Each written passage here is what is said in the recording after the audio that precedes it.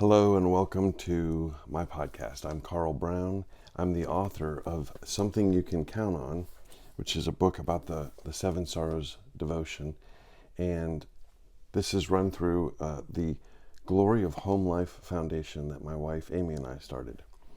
And today, this is the first podcast entry, and this is going to be a monumental thing. For those of you who are driving in your cars, or maybe you're exercising, you're out on a bike or running, maybe you're working around the home, or maybe you're catching this video on YouTube. This is going to be a monumental podcast episode for you, because when I share what I'm going to share with you with other people, I usually get them to ask me, how come no one's ever told me this before? So welcome to my podcast. I want to thank my sponsors. I'm going to have them listed here in the YouTube video. And let's just jump right into it. February 2008 was a Saturday morning. I was in the car and I was driving to a do-it-yourself, home improvement store. And it's February in Ohio, and it's that time of year when everything is gray, and you're sick and tired of the cold, and you're sick and tired of having to bundle up.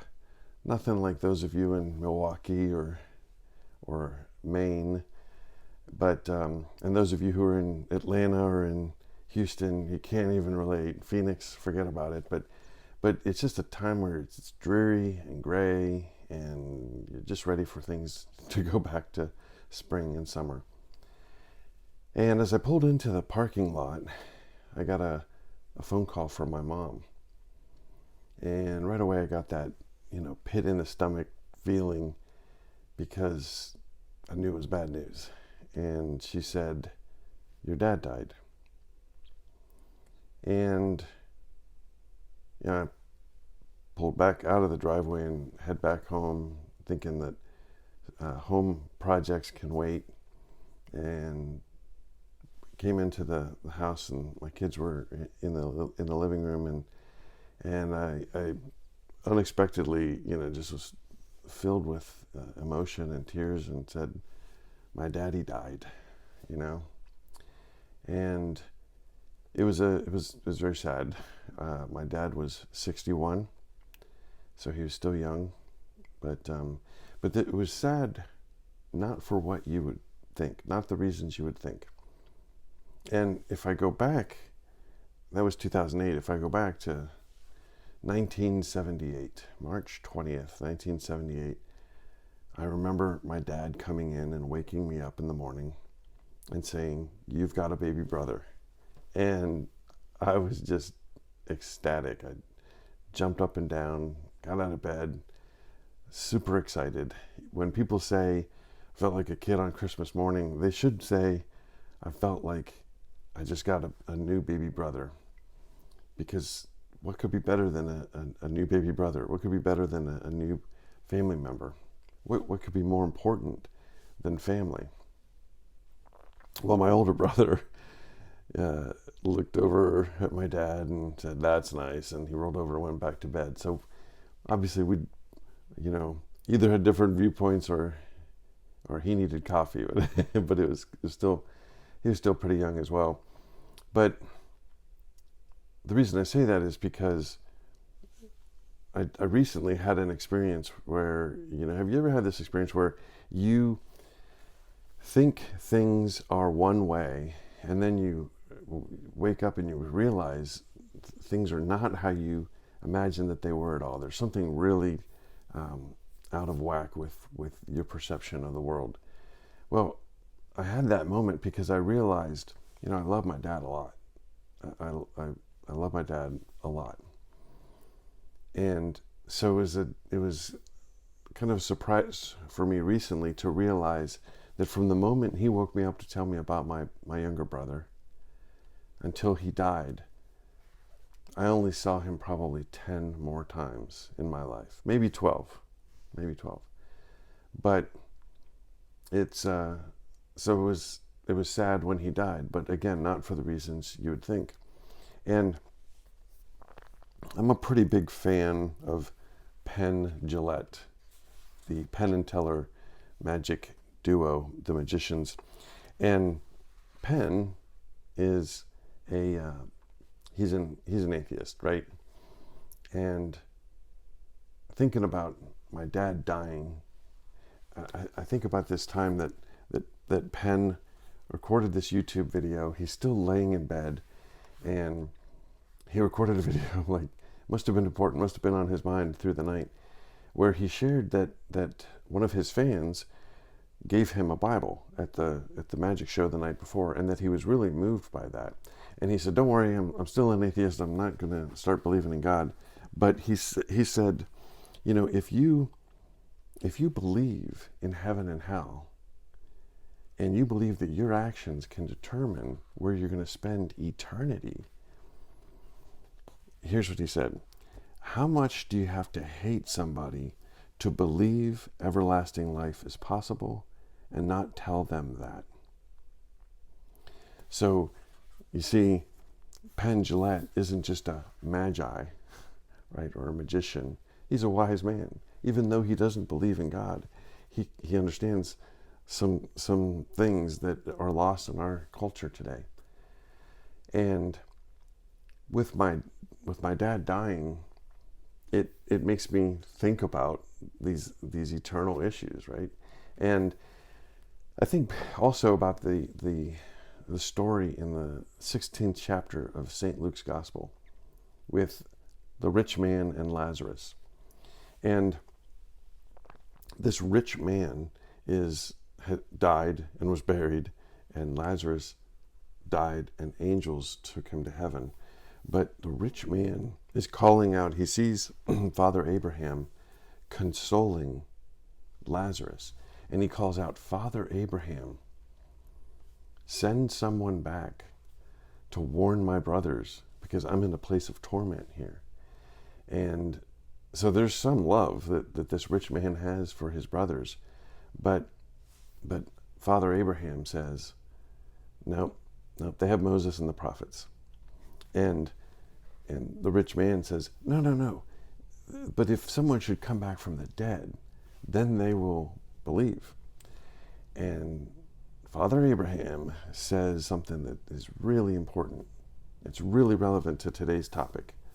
So as you're sitting there in your car maybe, or you're riding a bike or running or whatever, just feel the gravity of what Abraham said.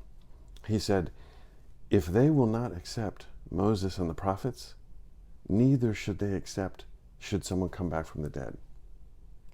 Now, you've probably heard that before many times, but think about what he said in the formula of a common biblical teaching style. And it's kind of like this: haters gonna hate, right? That's a there's a little 3-sentence statement. Haters gonna hate. And so you can think, okay, so what I'm doing, if you think that's hate, then you think I'm a hater, right? It's labeling the person based on their actions. And sometimes it doesn't necessarily follow, and we're kind of surprised by it. So like Jesus says, don't just love those who love you. You know, pagans do as much, right? And the psalmist says, the fool says in his heart there's no God, right? So if you say there's no God, then that's foolish, according to the psalmist. So this Father Abraham is using this formula. He's saying, if they will not accept Moses and the prophets, neither will they accept somebody who comes back from the dead. So how do we know we accept Moses and the prophets? How do we know that we believe in the Bible? How do we know that we've accepted divine revelation?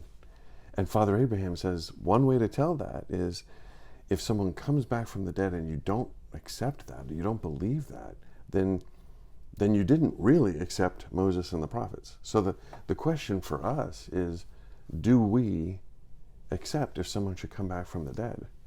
Because there are people who have had near-death experiences, and they've had experiences of going to hell, or they've had experiences of going to heaven, and they come back and they tell us. And it's worth listening to, because we don't want to have that last regret that the rich man is trying to warn his brothers about. Don't be that guy who gets to the other side of death and says, oh man, really wish I could have done this, right? And so some of these people who have had near-death experiences, they say that hell is pretty horrible, right? And we don't need too much imagination to think that. But there's a book by John Burke called Imagine Heaven, and in there he says that 1 out of 25 people have had a near-death experience, and some of them don't want to share it with other people, so it's not as commonly known as you would think. But people who have been to hell share that every sensory perception is assaulted. You can't stand the sound in hell because it's worse than nails on a chalkboard. You can't stand the vision of hell because everything is ugly and it's asymmetrical and it's death. You want to catch your breath. You're exhausted. You want to catch your breath, but you can't even take a deep breath. So you're just taking short little breaths. But you're so disgusted that you've been vomiting, and the taste of vomit is on your mouth. And so because of that, and because you're dying of thirst, you want water, but there is none for you to have. And the smell is just putrid, and your bones ache and your muscles are sore and you have fatigue like you've never experienced in your life. And all of this never, ever, ever ends. So who would want to go there? Who could think about that for even more than a moment? I don't even want to think about it anymore, and I'm telling you about it. Don't turn this off. Don't turn off this podcast, because I'm done talking about it. But there are people who've also been to heaven, and they've shared that experience. So, for example, here's something, the testimony of someone who went to heaven. They said, there were colors I'd never seen before. And you can read this in my book, page 67. There were colors I had never seen before, and they sounded like music. And music I'd never heard before that sounded like colors. And that really gives new meaning to the phrase from St. Paul, who says, eye has not seen, ear has not heard, nor has it entered into the mind of man what God has ready for those who love him. And this testimony of someone who went to heaven and saw heaven and then came back, it's from a young girl in Kibeho in Rwanda. And this took place in the 80s because Mary, the mother of Jesus, came to several young children in Kibeho in Rwanda in the 1980s to warn them about the genocide. And 3 of those visionary children predicted their own death and resurrection. They didn't just go to heaven and then come back and share it. They knew that it was going to happen. And they said, if you find my body and I appear to be dead, don't bury me, because Jesus is going to bring me back to life on the 3rd day. And so on Good Friday at 3 o'clock, one of these little girls who said it was going to happen at that time, she died. And she came back to life on Easter morning. So here's 3 children who, certainly in my lifetime, and most of you, this happened probably during your lifetime. This happened in the 1980s. 3 children predicted their own death and resurrection. And so the question for us is, it's a question based on what Father Abraham said to the rich man. If you will not accept Moses and the prophets, then neither will you accept it if someone should come back from the dead. Okay, so if someone does come back from the dead, would you accept that? Would it impact you? Would it change your life? Well, the measure of that it measures whether or not you would ever have accepted Moses and the prophets. So it's not just that those 3 children came back from the afterlife, but Mary, the mother of Jesus, came and told them things. She warned them about the genocide that was going to come. Mary has come back from the afterlife many times. And most of those times it's to warn us about something. Like in 1917 in Fatima, Portugal, Mary came and warned about what was going to be the Second World War, which at that time, during World War I, everyone thought that was the war to end all wars. And she came to warn the people of Rwanda about the genocide that was coming. In the mid-90s, I worked at the University of Dayton, and one of my coworkers was a Rwandan refugee.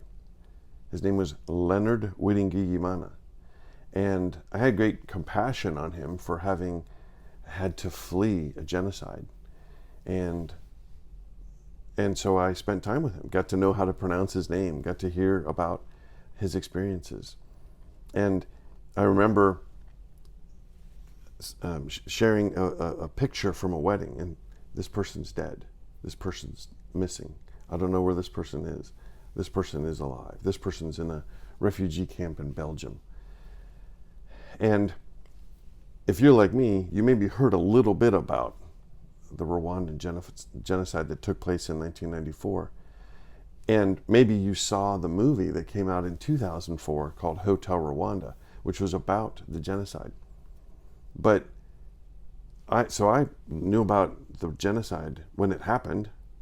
I learned more when I saw the movie Hotel Rwanda. But it wasn't until 2012 that I learned about the 7 sorrows of Mary. And I learned that Mary came to Rwanda 13 years before the genocide, and then 12 years before the genocide, she warned specifically about the genocide. And she warned the people, she said, if you don't stop hating your neighbors, then I can't stop what's going to happen. And matter of fact, let me read to you from my book. This is page 87. This is the message of Our Lady of Kibeho. This is the message from Mary, the mother of Jesus, who came to warn us about the genocide. She said, when I show myself to someone and talk to them, I want to turn to the whole world. If I am turning to a parish of Kibeho, it does not mean that I am concerned only for Kibeho, or for the Diocese of Butare, or for Rwanda, or for the whole of Africa. I am concerned with and turning to the whole world. The world is evil and rushes in rebellion against God. If you do not repent and convert your hearts, you will all fall into an abyss.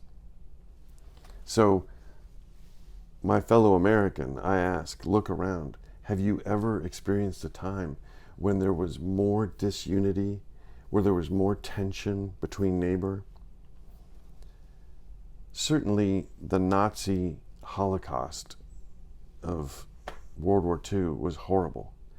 And 6 or 7 million people died in concentration camps. But that was a pretty impersonal thing, because people were herded into rooms, right? And someone down the hall pushed a button and these people were gassed to death. It was a horrific tragedy. It was a travesty. It was unspeakable. But in Rwanda, it was hand-to-hand combat, broad daylight, machete against limb, people decapitating their neighbors in broad daylight, in hand-to-hand combat. And in the course of 90 days, roughly, several 100,000 people were brutally butchered by their neighbors. And this is something that Mary came to warn us about. And if we aren't willing to listen to that, then then we're likely to experience the same thing. If we're not willing to say we have to do something different, then our country is going to experience genocide. That's what Our Lady of Kibeho is warning us about. And here's a comparison for you. You probably heard about the Sacred Heart of Jesus. You might be familiar with the 9 First Fridays devotion of the Sacred Heart of Jesus. And you might know that Jesus appeared in 1689 to St. Margaret Mary Alacoque in France. And he said, I want the King of France to consecrate France to my Sacred Heart. And if he doesn't, then the monarchy will end. So that was June 17th, 1689. And the king and all his advisors decided not to do it. And then that king's grandson, 100 years later, on June 17th, 1789, reluctantly gave up the crown. And look around at Europe. There are other countries in Europe that still have monarchies. Obviously England does, and the Queen of England may never die. Spain has a monarchy. Liechtenstein, Luxembourg, Andorra, Denmark, Sweden, they still have monarchies. Why does France no longer have a monarchy? Because the people of France, and principally the king of France, were too stubborn and thick-headed and didn't listen when Jesus came and warned him. Well, I'm telling you, as you're listening to this podcast, Mary has come and warned us, and we're on the verge of falling into the abyss. And I don't know exactly what that looks like, but I have a feeling that it could be genocide. It could be neighbor to neighbor violence. And how foolish would we be to ignore the message of Mary? And all she wants us to do is to honor her 7 sorrows daily. Now, that can take several different appearances. You can do that in several different ways. There is the 7 sorrows rosary that you could pray, and that takes about 20 minutes. I calculate that to be a little bit more than 1% of your day. Do you have time to spend 1% of your day in order to prevent genocide in the United States of America? Because we're going to feel pretty stupid if we had a chance to avert this disaster and we don't take it. So another way that you could daily honor the 7 sorrows of Mary is Pope Pius VII wrote some prayers. He was imprisoned by Napoleon at the time, and they're short prayers that there's one for each of the 7 sorrows, and in between them you can pray a Hail Mary. And this short prayer takes 5 minutes to pray. And another option for you is that I wrote a 1-page short, 14-sentence prayer to honor Mary's sorrows on a daily basis. And it takes you about a minute to say these prayers. So why can't we commit to that? Has anyone ever told you about this? And when I share this, as I mentioned, a lot of people say to me, why has no one ever told me about this? And here's probably the most important lesson from this message to you as you're listening to this podcast or you're watching this YouTube video. If you think to yourself, why has no one ever told me this? Then you have to understand that implied in your question is the expectation that someone who did know about this would tell you. Well, now you know about this. So, what are you going to do with this information? Because other people haven't heard about it, and they're going to count on you since you now know about it. So, this isn't all a message of gloom and doom and let's avoid genocide. although to me that's enough to get me to take action. But Mary offers a reward, a promise for those who honor her sorrows daily.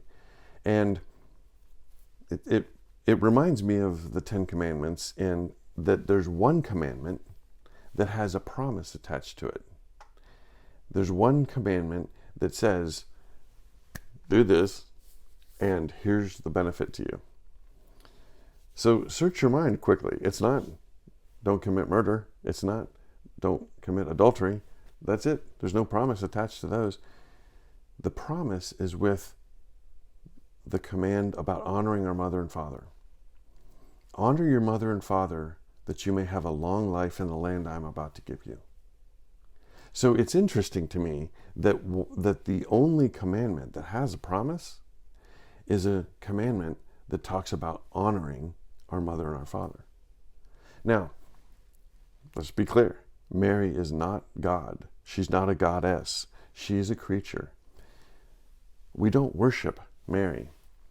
But if we want to be Christ-like, if we want to be Christians, and that's what Christian means, is Christ-like, then we have to admit that Jesus followed the commandments and he honored his mother, and we should be Christ-like and we should honor her as well.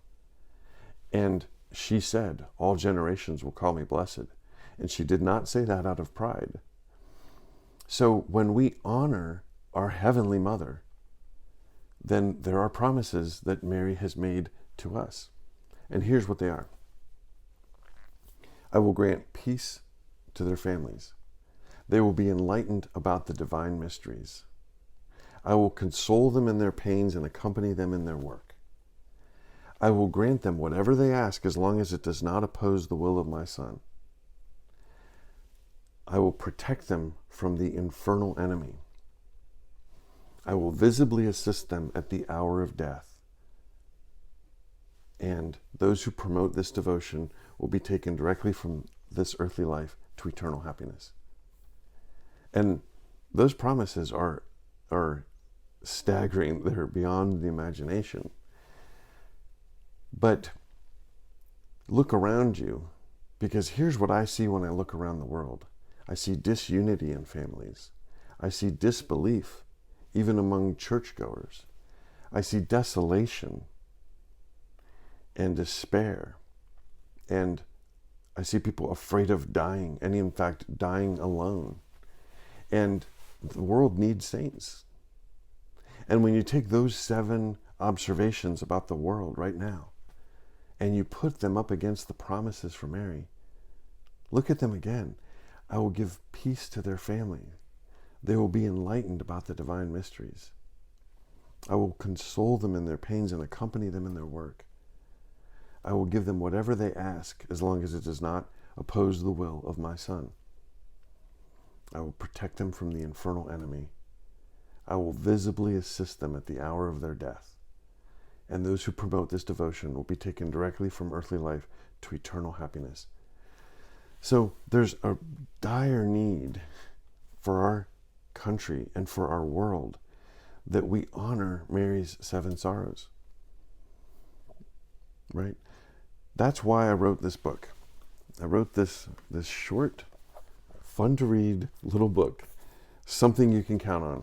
And my original plan in writing this book was pretty modest. And you can read about that original plan on the last 2 pages of the book. My thought was to give this book to someone new every week. Once a week I would give away the book. But right away I could see that God had bigger plans for this. Because here's what happened. I self-published this book, and so in the mail I got a proof copy that I needed to approve in order to be able to print more copies and have it available online. And the delivery man came to my house and brought the proof copy. Well, I knew that the book was coming. I saw the delivery truck. So I went outside. This was February of 2022. And I met the delivery guy in the driveway because I was that excited to get my proof copy. And And I said, my book is here. And he said, you bought a book? And I said, no, I wrote a book. And he said, you did not write a book. And I said, yes, I did. So I tore the package open and I showed him, here's my book. And he said, what's your book about? and right in that moment, I thought, okay, here, I'm on the spot, right? I'm writing this book about some pretty heavy topics.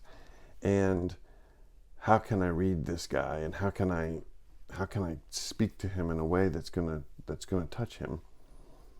And I've been a sales and marketing consultant for most of my professional career. So I kind of sized him up and I said, my book is a book about suffering, and it's about the 7 Christian responses to suffering.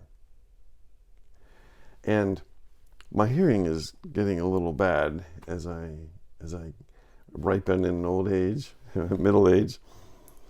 So I couldn't quite hear my children from inside my house who were yelling, let him go, Dad. Stop it. He's got other deliveries to make. But it's a good thing I didn't hear them, because I could tell that this guy was totally engaged. He was listening to what I was saying, and he wanted to hear more. Because I know how to read buying signals, right? So I kept talking. I shared a little bit more, and I could tell he was still interested. And I shared a little bit more, and I could tell he was still interested. And so then I said to myself, I don't really need this copy, right? The book comes stamped with not for resale, so I couldn't do anything with the book except use it to proofread it. So I said, do you want this copy? And he said, are you sure? And I said, yeah, take it. And he thanked me. So he got back in his delivery truck and went on his way. And several weeks later, to my surprise, he came to my door again. And he said, do you remember me? And I said, yeah. And he had the book in his hand. And he said, thank you for writing this book. Thank you for giving me a copy of this book. And then he made a fist with his hand, and he touched his heart, kind of pounded his chest a little, and said, everybody's got to suffer, don't they? And I was just overwhelmed.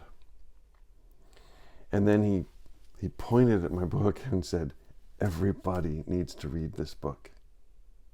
Now, this guy was not Catholic, and I don't know much more about what was going on in his life, but he was dealing with suffering. And he came because he wanted to buy another book to share it with a friend of his who was suffering. But it was in that moment that I realized there was something bigger. God had bigger plans for this book than for me to just give a copy away, once a week. So my mom gave a copy of my book to a woman who owns a Catholic bookstore in Batesville, Indiana.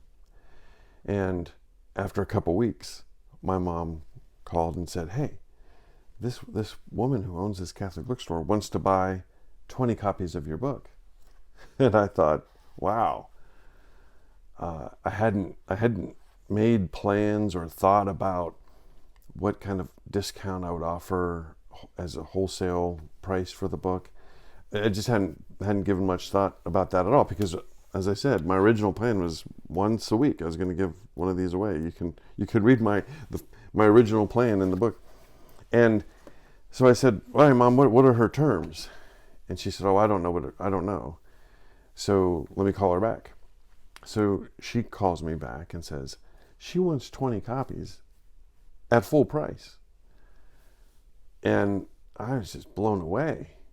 And I thought to myself, well, I better just take her a box of 20 books. And, this warrants a personal visit from the author, right?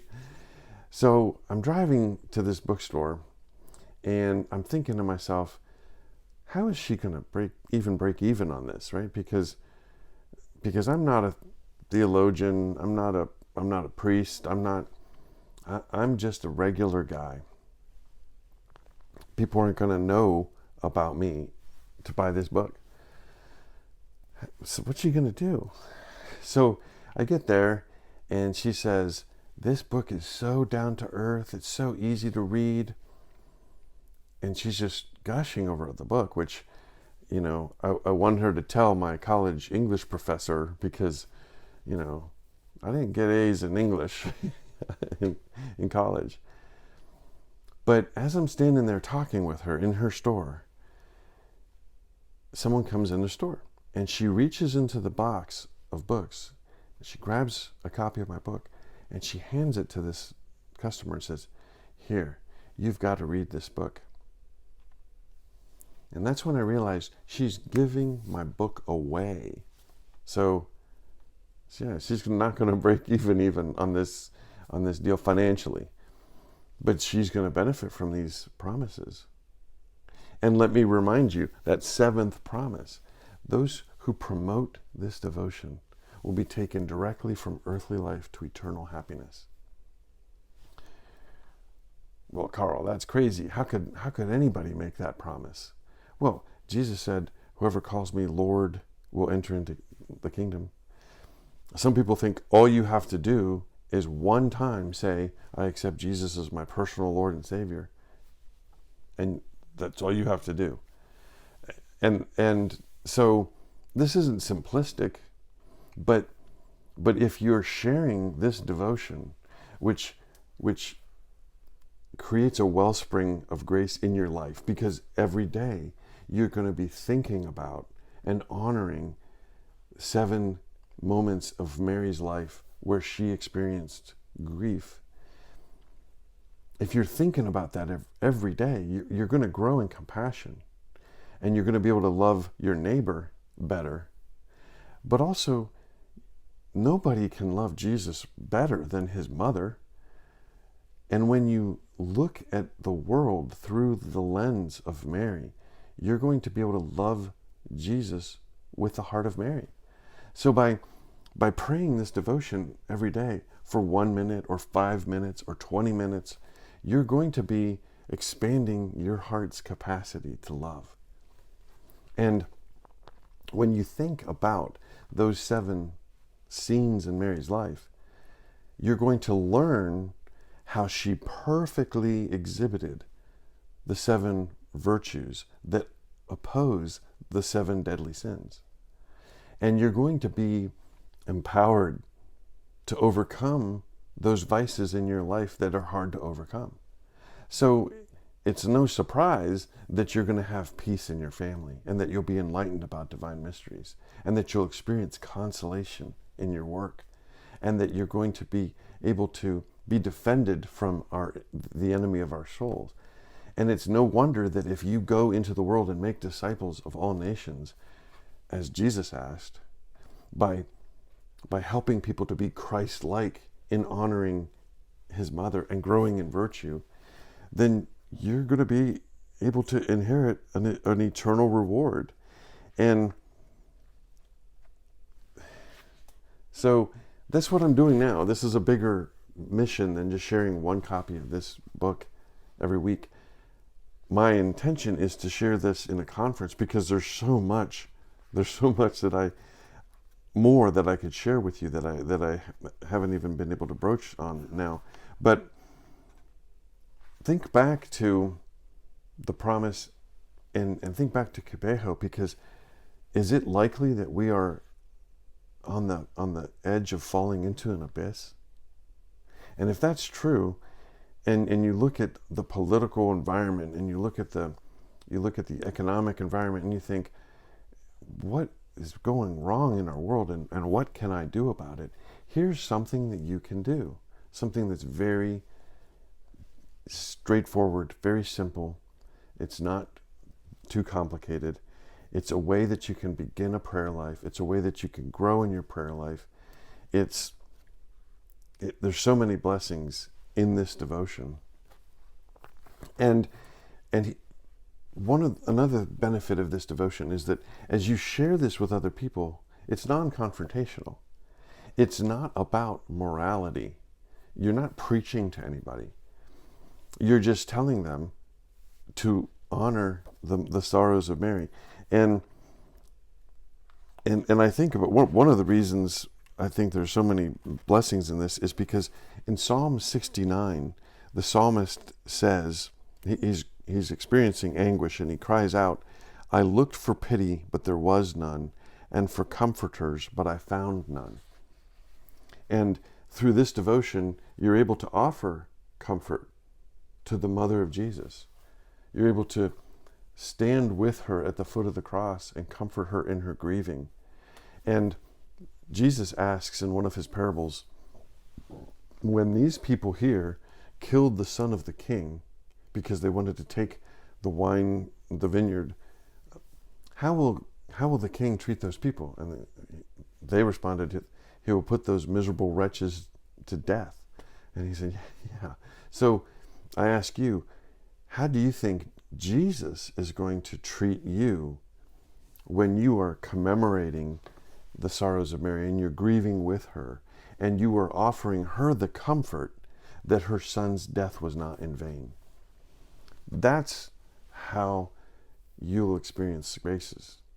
And if you want to pray the seven sorrows for yourself, that's great. If you want to pray it to prevent our world from falling into an abyss, as Mary predicted in Kibeho, then that's great. And because this is non-confrontational, you can share it with other people. And even some of the people in your life, people close to you, in your family even, might not welcome this message, because a prophet is not without honor except within his own home. But if you join me in helping spread this devotion, maybe someone else will give it to someone in your family.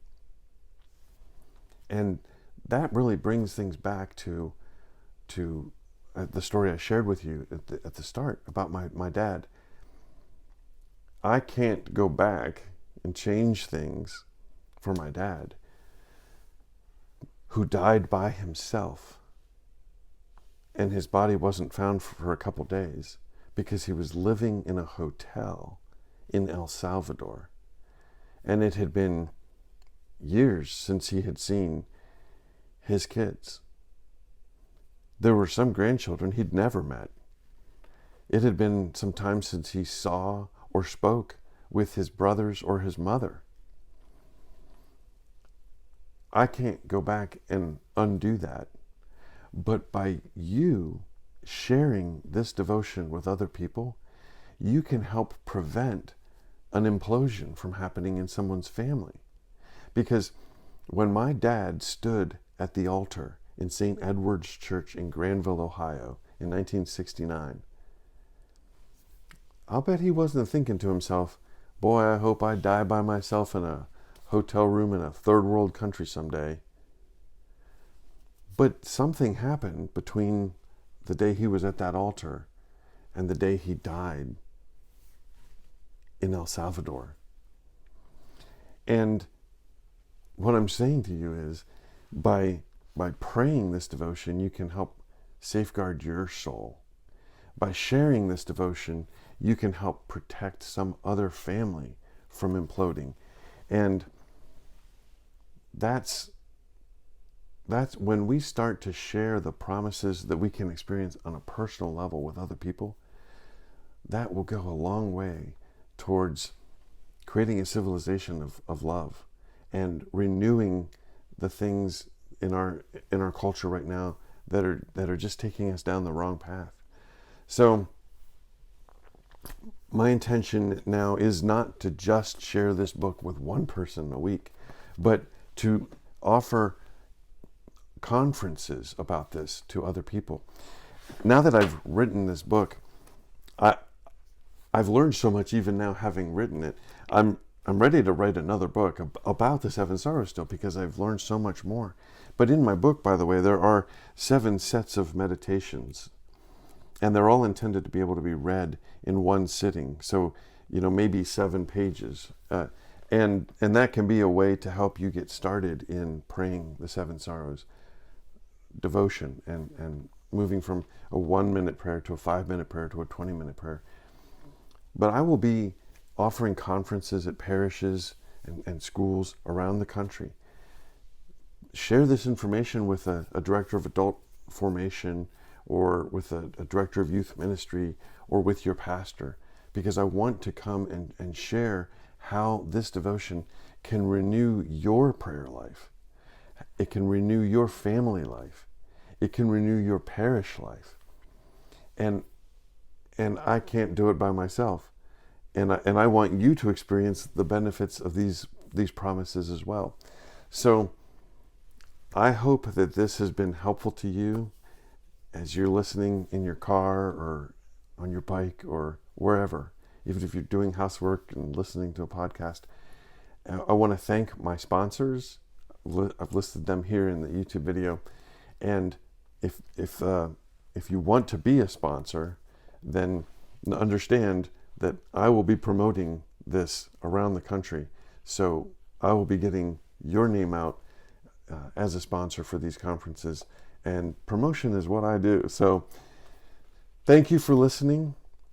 Please share this with other people so you can change their life as well. And I wish you all the best. My wife and I and our family pray for you and wish you all the best. I'm Carl Brown, the author of Something You Can Count On. Have a great day. God bless you.